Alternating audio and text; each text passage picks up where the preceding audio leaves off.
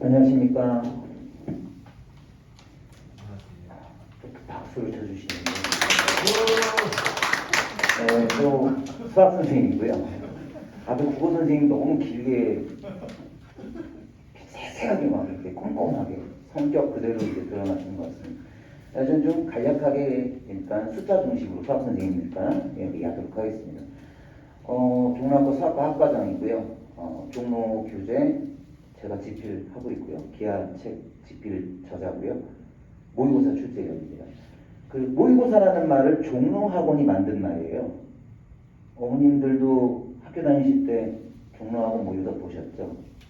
수학시험. 그건 제가 그렇게 만든 겁니다. 머리 아프셨죠? 죄송합니다. 어쨌든 그 모의고사를 굉장히 오랜 기간 출제를 하고 그 공신력이 있는 기관이어서 아까 원장님 말씀하셨다시피 교육청 모의고사도 현재 지금 출제를 하고 있고요.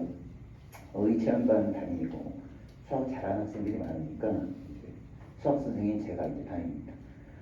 일단 수학 선생님이니까 숫자 중심으로 그 배부된 자료에 다 이미 적혀 있어서 어머님들이 좀 궁금함이 덜 하실 수 있는데 아래쪽으로 내려갈수록 전체적으로 숫자가 커지고 위에보다 아래가 숫자가 더 크죠. 이렇게. 그래서 이게 뭐냐? 이게 이제 수능이 좀 몇 년 지난 자료인데 문과, 이과가 구별돼 있을 때 이제 국회의원실 사무실 같은 데서 이제 평가원에다가 요청을 하면 이런 식의 이제 디테일한 자료가 나오는 건데 그게 이제 외부로 흘러나와서 저희도 이제 볼 수 있게 된 거죠. 문과이과 시험 수학을 그 재학생하고 졸업생으로 나눠서 다시 통계를 낸 거예요. 그래서 재학생은 1등급이 100명 중에 4.6명, 4.2명, 3등급 13.1, 졸업생 12.2, 3배죠. 2배고요. 이것도 2배에 육박하는 숫자죠. 여기도 거의 3배, 여기도 2배, 여기도 2배가 좀 안 되죠. 잘랐는데요. 한 5등급 정도 가면 이제 뒤집어집니다. 위에 애들이 더 많아져요. 재학생이. 재수생은 뒤로 갈수록 줄어들고.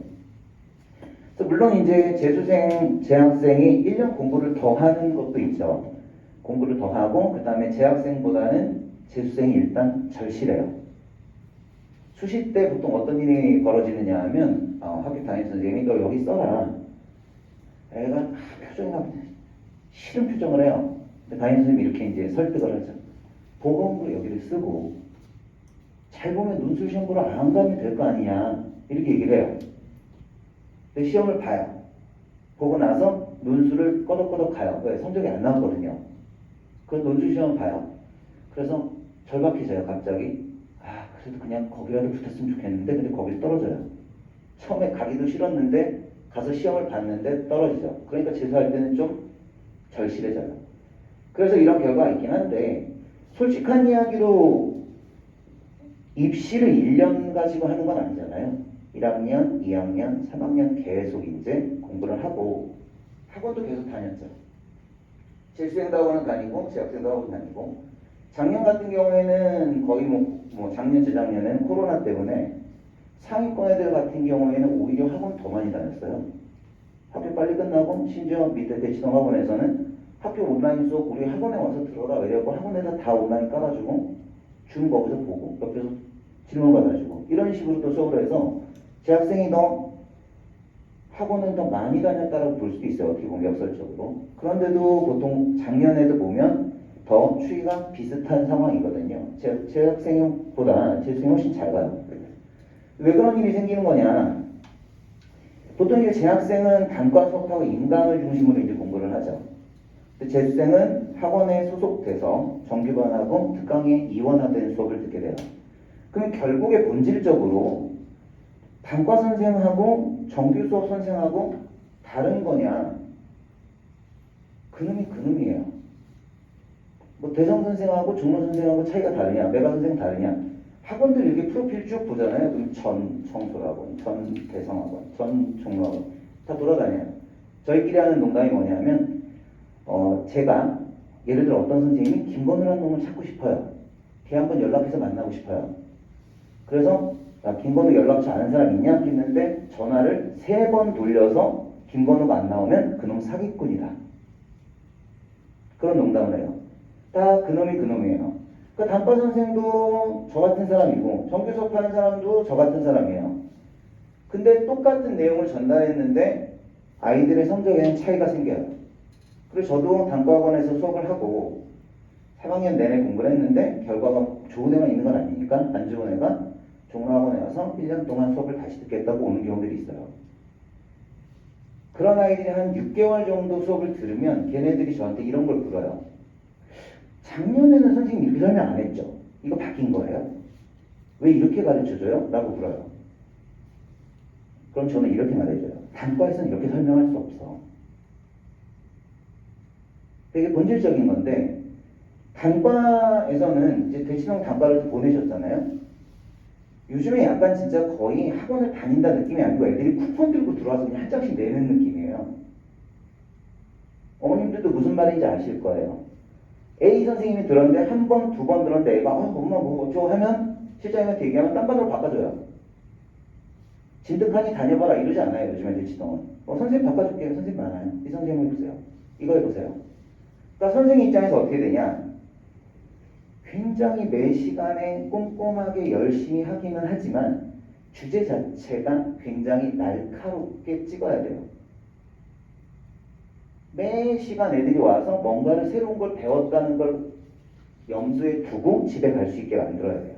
그래야 걔를 저는 다음번에 만날 수 있어요. 그러면 수업이 어떻게 되냐?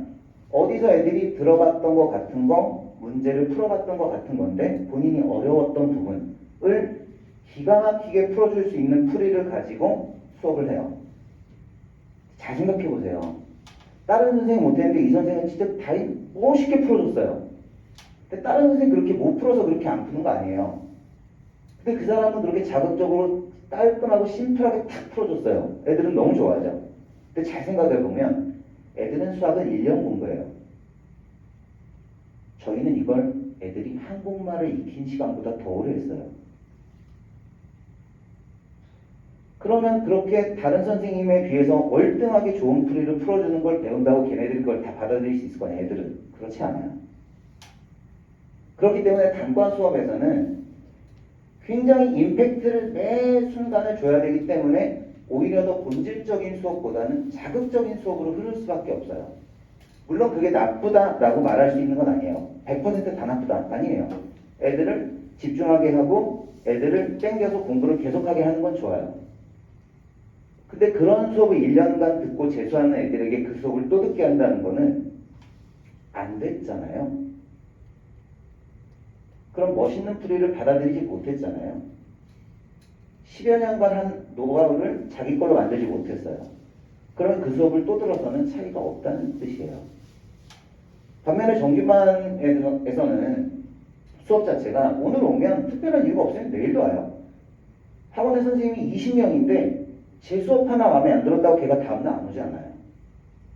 그래서 걔가 어떤 선생님이 이런 평가를 받는 선생님이 있었어요. 1학기 때 되면 강의평가가 학교 선생님이냐 너무 졸린다 힘든다 모르겠다 막 도배가 돼요. 그 원장님이 이제 걱정하시죠. 이거 어떻게 하냐 이상 이거 괜찮냐 이거 문제 있는 거 아니냐.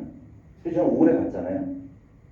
두고 보시고 2학기에 두고 보시면 원장님도 아실 거예요.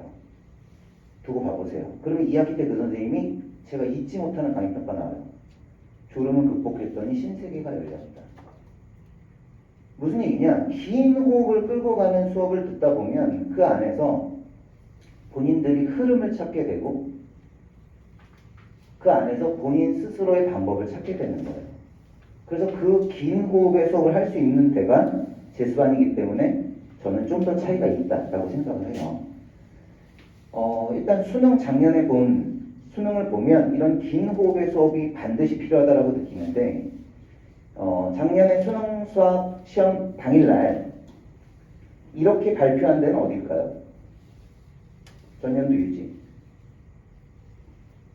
똑같은 시험인데 이거 평이하대요. 이거 어렵대요. 선생님, 학생 뭐 이런 걸까요? 재수생, 재학생일까요? 그거 아니고 다 재수생이었는데 최상위권 애들은 저한테 시험 끝나자마자 저희 반 이제 위치한 반이니까 의대 가는데 전화 왔어요. 시험 어땠니? 뭐가 걸리적 하는데 풀어보면 또 풀리더라고요. 맞기는 다 맞았어요. 그리고 엄청 또 킬러가 어렵진 않았어요. 오히려 좀 킬러는 편안했어요. 라고 얘기하더라고요. 근데 하위권까지는 아니죠. 중위권 한 2, 3등급 대 학생이었는데 세상에 이런 문제 처음이라고. 1번 문제를 봤는데 지수에 보통 1번 문제 2초 컷이에요. 애들이. 시작 그럼 첫장 탁 넘긴 다음에 탁 찍고 가는 게 1번이에요. 탁 찍고 그 다음에 2번 쓱 3번 쓱 이런 느낌이에요. 근데 1번 딱 봤는데 위에 지수에 무리수를 걸어놓고 켤레 무리수를 이용해서 계산하는 구조예요. 그러니까 애들은 1번 딱 하려고 했는데 벌써 거기서 막 시작. 이거 뭐야? 써야 되나?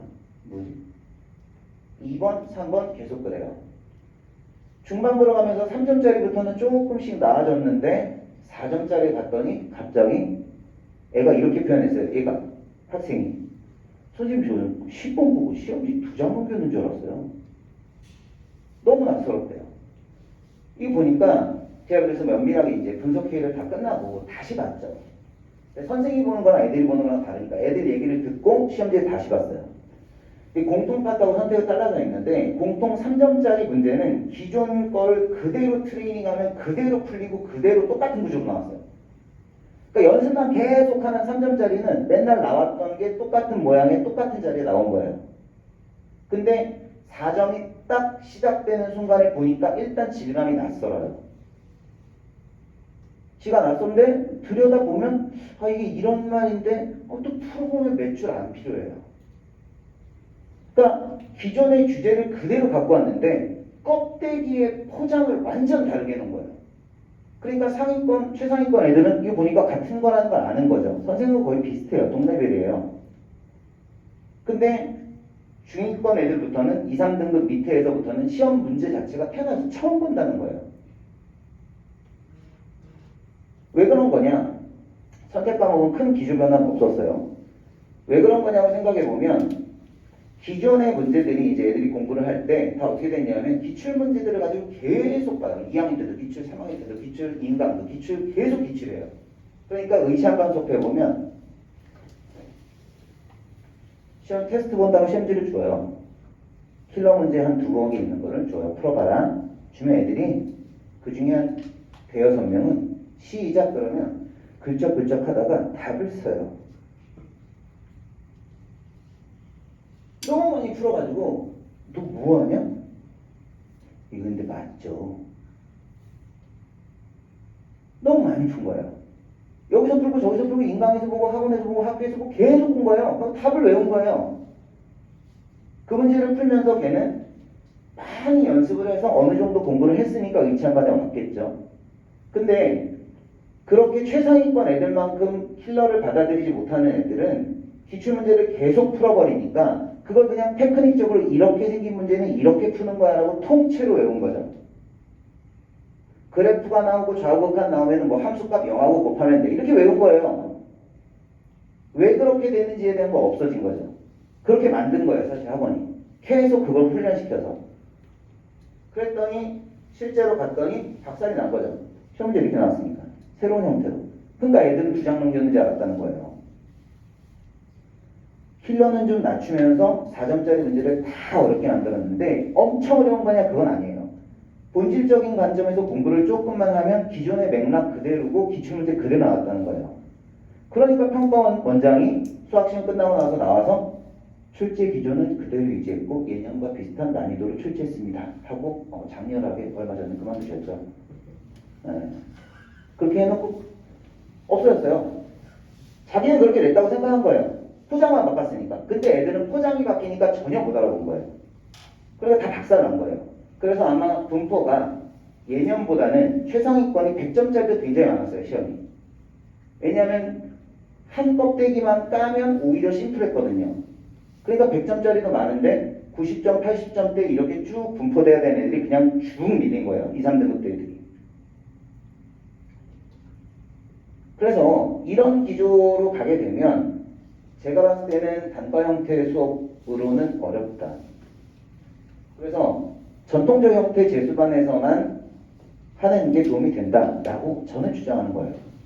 저희 이제 3학기로 돼 있는데 1학기 개념학습 어디 학원 가나 뭐 1학기 개념학습 시즌2 주제별 심화 약점 체크 3단계 모의고사 뭐 이렇게 가는데 제가 말씀드리고 싶은 건 선택형 재수학원이나 단과학원에 비해서 압도적으로 수업 시수가 많아요.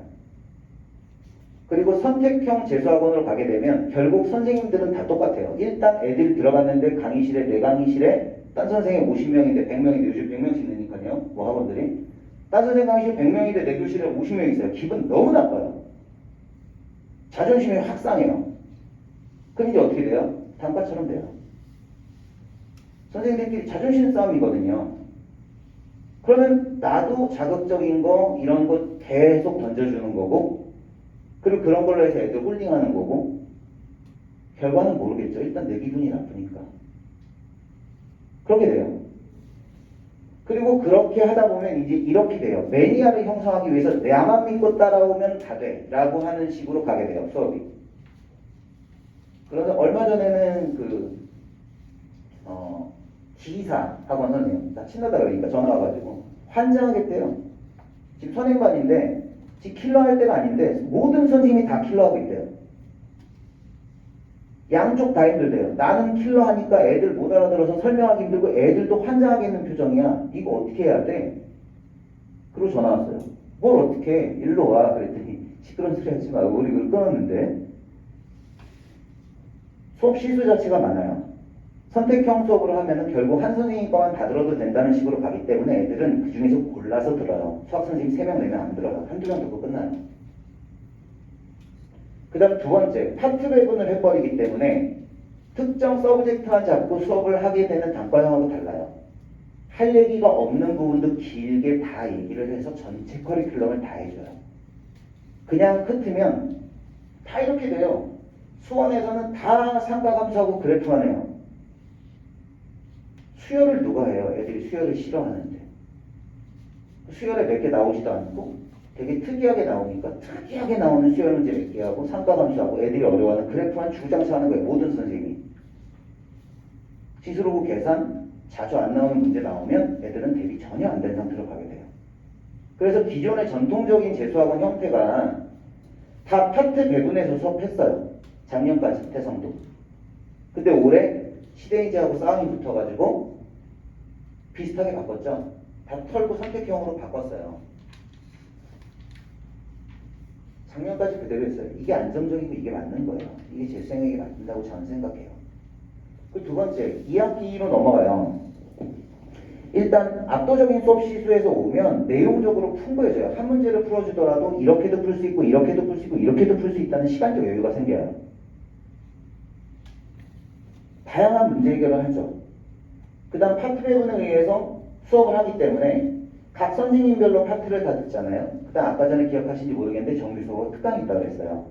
근데 수업을 들어보니까 선생님마다 전달력의 차이도 있고 말하기의 방식도 다르기 때문에 어떤 애는 이 선생님 수업이 되게 좋아요.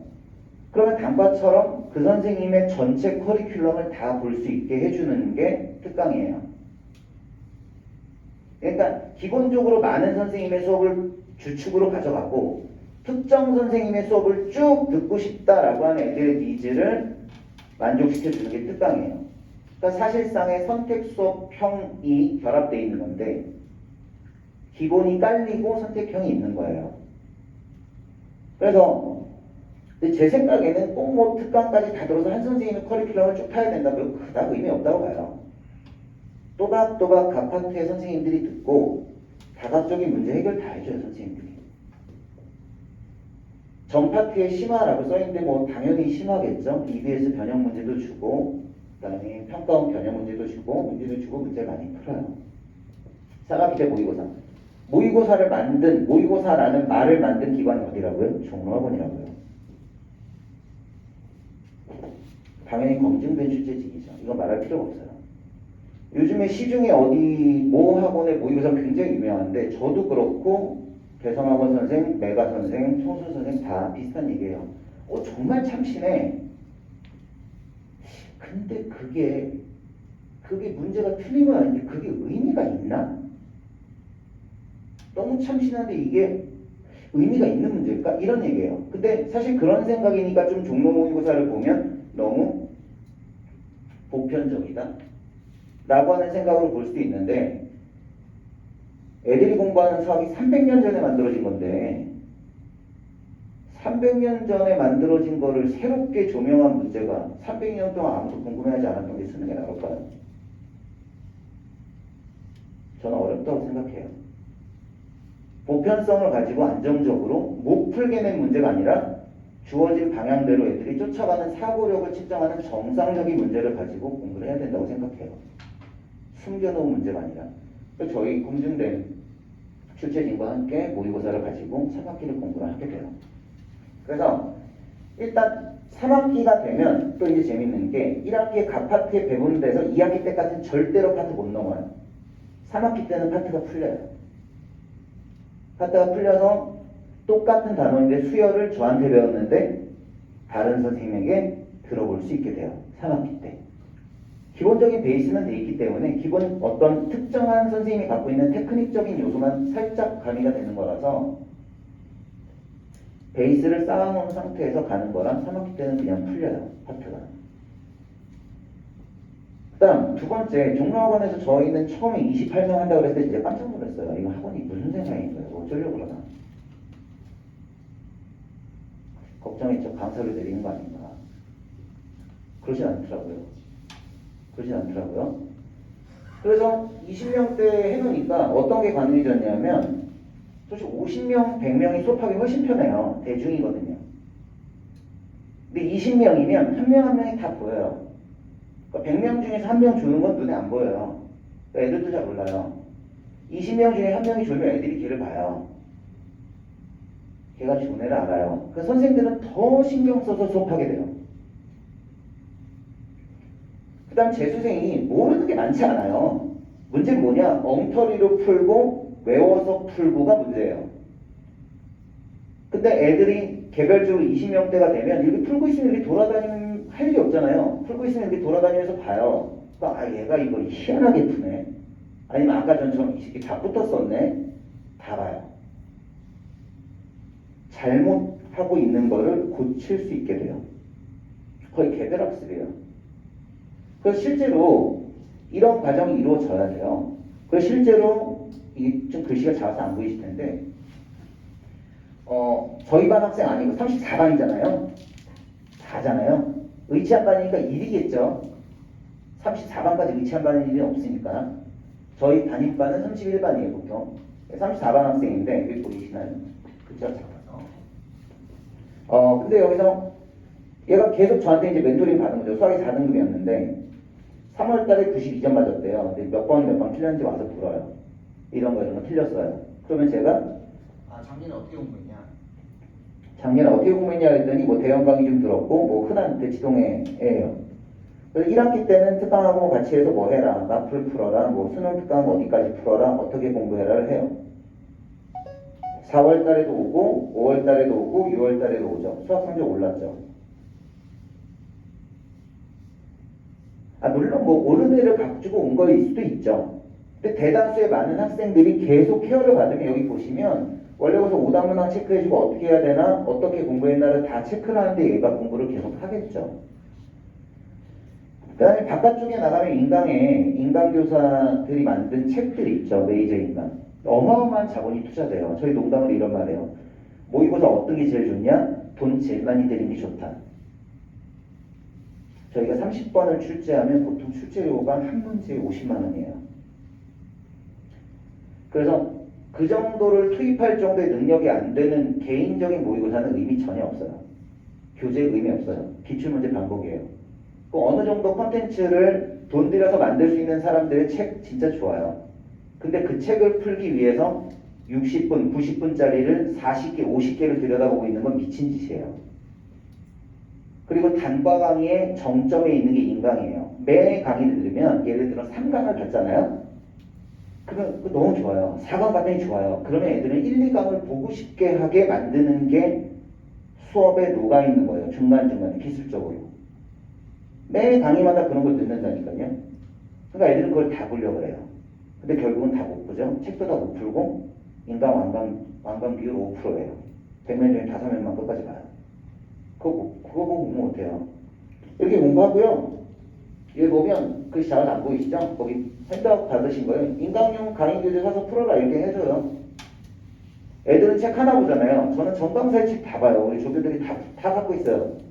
다 사갖고 와서 다 체크해요. 이 책에 뭐 있는지. 어떤 책이 어떤 애한테 필요하다? 아, 얘가 이런 걸 틀렸구나? 아, 그러면 너는 뭐 너의 규칙이라고 하는 뭐 빡빡머리 아저씨의 책을 사서 너는 풀어봐라. 질문은 나한테 해라. 이렇게 되는 거예요. 많은 돈을 들여서 만든 컨텐츠를 책을 사서 풀고 질문을 저한테 하는 게 가장 효율적이겠죠. 모르는 것만. 자기 가르쳐준 사람에게. 실제로 이렇게 하면 올라가냐? 아까 원장님은 개별적인 사례를 갖고 왔는데 어머니들 한번 그런 사례 보면 이제 하도 많이 보시니까 그런 생각 하시죠. 아이고 작년에 저기서 종로가 제자반 애들이 제가 단가가 통계 숫자예요. 성적이겠죠. 전체 숫자예요. 이걸 뭐 속이거나 그러진 않을 거잖아요. 저희가 뭐 바보도 아니고. 100분인데 260점대에서 250점, 240점대죠. 상승률이 올라가네요. 그 다음에 떨어지는 존재예요. 떨어지는 없다고 하면 그게 사기죠. 떨어지는 게 생겨요. 여러 가지 이유로. 평균 상승 100분위가 지금 이렇게 최대 상승은 어차피 아까 전에 그 사례로 보신 걔네들이고, 그죠? 아까 뭐 60점 오른 애 있었잖아요. 원장님 자료에. 흔치는 않은 거예요. 평균을 보셔야 돼요. 평균. 260점대가 어디 가냐면 경희대 가요. 경희대 자연과학부 정도 가요. 100분위 해마다 다르긴 한데 260점대 100분위 애인데 14점 오르면 270점 넘어가죠. 290점 정도 되면 290점 초반 292에서 3 정도 되면 의대예요. 보통 290이 넘어가면 서울대를 쓸 수 있어요. 투가 있다면. 얘네 보면 다 20점씩 올라가죠. 그래서 보통 경희대 자연과학관 애들이 20점 정도 올라가면 서울대 턱 밑에 가요. 연대 공대 정도로 갈 수 있게 돼요. 80%의 정도 애들이 전과목에서 100분위가 20점 이상이 올라요. 종로학원 재원생, 전국에 있는 종로학원 전체 평균이에요. 종로학원이 아무리 그래도 전통이 있는 학원이에요. 무려 50년이 된. 이걸 속이진 않겠죠. 전체 통계치예요. 그래서 80% 애들이 20점 100분 이상이 올라간다. 전통제 형태의 각 파트를 나눠서 모든 선생님들이 수업을 하고 검증된 모의사를 풀었을 때 이런 아웃풋이 나온다. 한 명 한 명의 개별 사례가 아니라 실제 통계치니까 수학 선생님이니까요. 이렇게 된다. 그래서 좀 믿음을 가지고 재수를 좀 했으면 좋겠어요. 아까 원장님도 말씀을 하셨는데 재수에서 제일 중요한 부분은 본인의 의지예요. 그리고 부모님의 격려고요.